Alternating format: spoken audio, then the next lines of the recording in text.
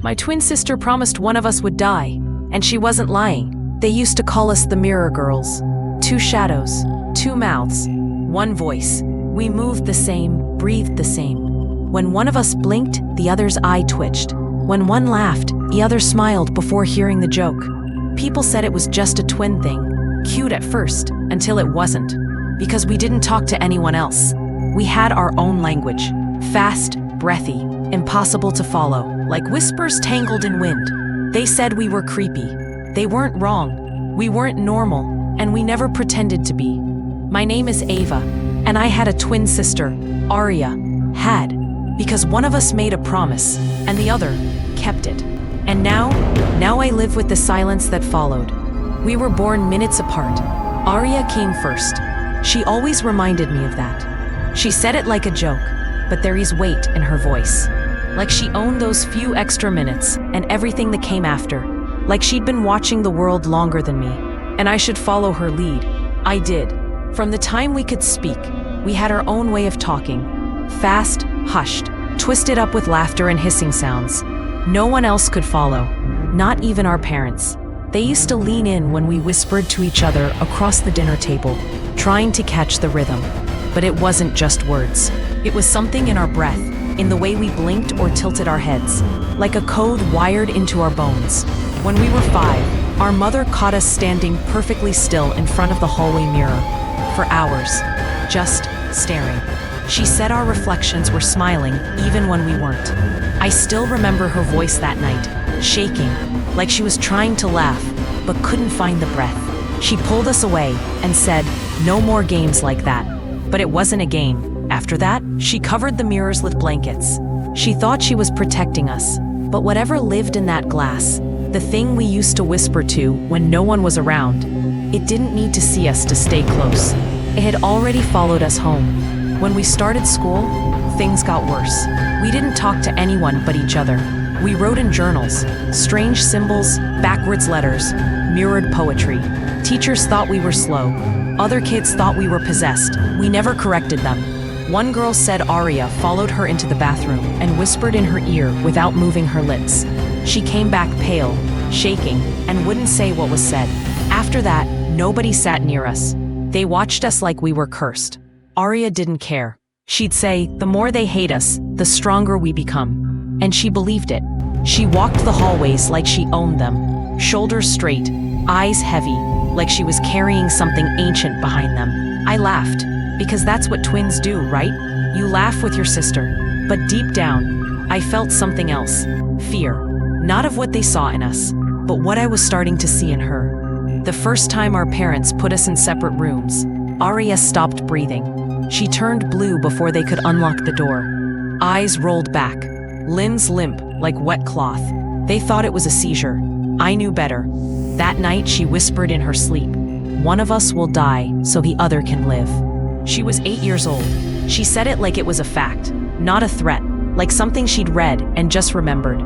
I lay next to her, wide awake, afraid to ask which one of us she meant. We started keeping a book together. Not a diary, something older, something that felt like it didn't belong to us. It wasn't new. We didn't buy it. It was just in the house one day, tucked behind a vent in the attic, wrapped in cloth.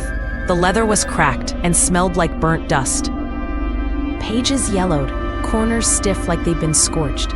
We wrote our dreams in it, but they weren't just dreams. Every nightmare we wrote down came true. People fell downstairs.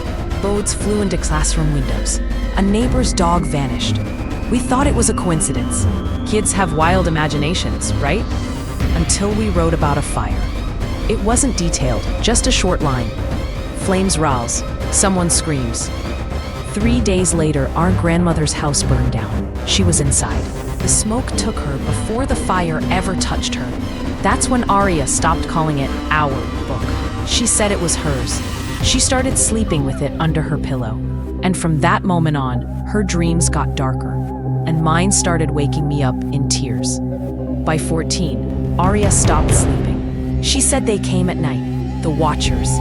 She'd sit on the floor, eyes wide, mumbling in that tongue only she understood. She kept scribbling symbols on the walls, circles within circles. Sometimes they'd glow faintly in the dark. I swear I saw them pulse like veins under skin. She stopped blinking, sometimes for minutes at a time. And when I'd call her name, she'd turn slowly, like something else had been using her face. When I asked her what it meant, she just said, "I'm preparing." I laughed like it was a joke, but she didn't blink. She didn't smile. She just went back to drawing. One night, I woke up to find her standing over my bed. She was holding a mirror. Not ours, not from the house. It looked older, cracked on the edges. I asked her what she was doing. She said, "I'm not sure if you're me anymore." It started slowly. I'd hear her voice inside my head, not like a memory, like a thought that didn't belong to me, a whisper in my own mouth. She'd make me stop eating, make me pull out my own hair, make me say things I didn't mean, cruel things, cold things, things she hadn't said out loud, but had thought. Sometimes I'd be halfway through saying something and feel my jaw tighten like it wasn't mine. Our parents were scared. They sent us to a therapist. But Aria loved therapy. She'd stare at the doctors until they forgot what they were asking. One of them started stuttering during every session. Another one refused to meet our eyes. Once, I saw her reflection smile even when she didn't, just sitting behind her, grinning, wide and wrong. I told the doctor. He said I was projecting, but the mirror never lies. And I think that's why she kept it close. She wasn't afraid of what it would show. She was proud of it, because whatever was changing in her, it had already begun changing in me.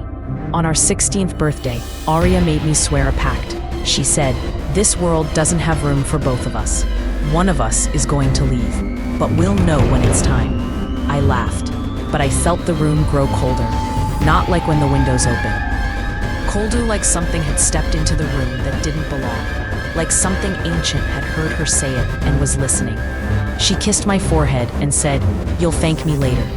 Then she turned away like nothing had happened, went right back to humming to herself, scribbling in the margins of that damn book. But something in me knew, deep in the part of myself I always tried to ignore. She meant every word. That night, I woke up choking, not gasping, choking. Like someone had shoved soot into my lungs. The air was thick and bitter. My tongue felt like it was coated in dust. Aria was sitting across the room, watching, motionless, not scared, not curious, just waiting. Her hands were clean, but I could taste ash. And behind her, in the shadows, I swear, something else was watching too. A week later, we were in a psychiatric facility. Not for punishment, for protection. Our parents couldn't handle us anymore, and honestly, I didn't blame them. We weren't eating. We barely slept. We spoke less and less, even to each other. But I could feel her thoughts in my chest, like a second heartbeat that wasn't mine. The doctor said we were dangerous, to ourselves, to each other. They kept us under observation, separate rooms, cameras, round-the-clock checks. On the third night, Aria didn't speak. She just lay in her bed, staring at the ceiling, murmuring something over and over. Her voice was soft, but her eyes were locked wide open, unblinking. When I asked what it meant, she said, "I've made the offering."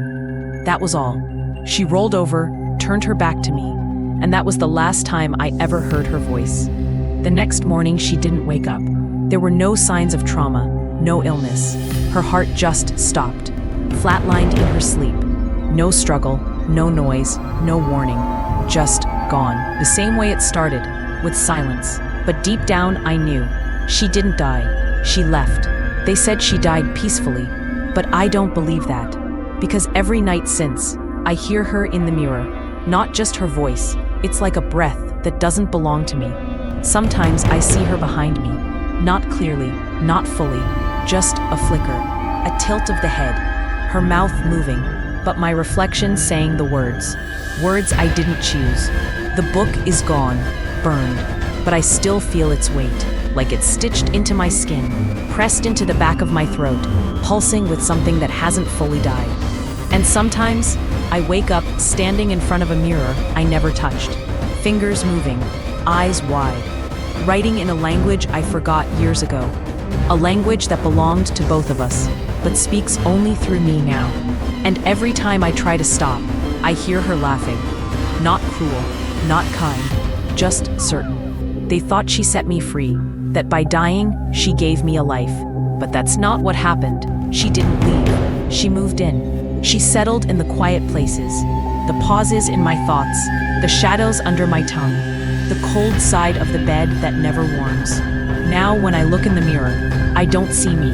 Not always. Sometimes it's her, smiling, waiting, like she knows something I haven't figured out yet, like I'm just borrowing time. And I know one day, she'll come back, not in body, but in breath, in blood, because you can't break a twin bond, not really, especially when it was forged in something older than love, older than life, older than death. One of us will die so the other can live.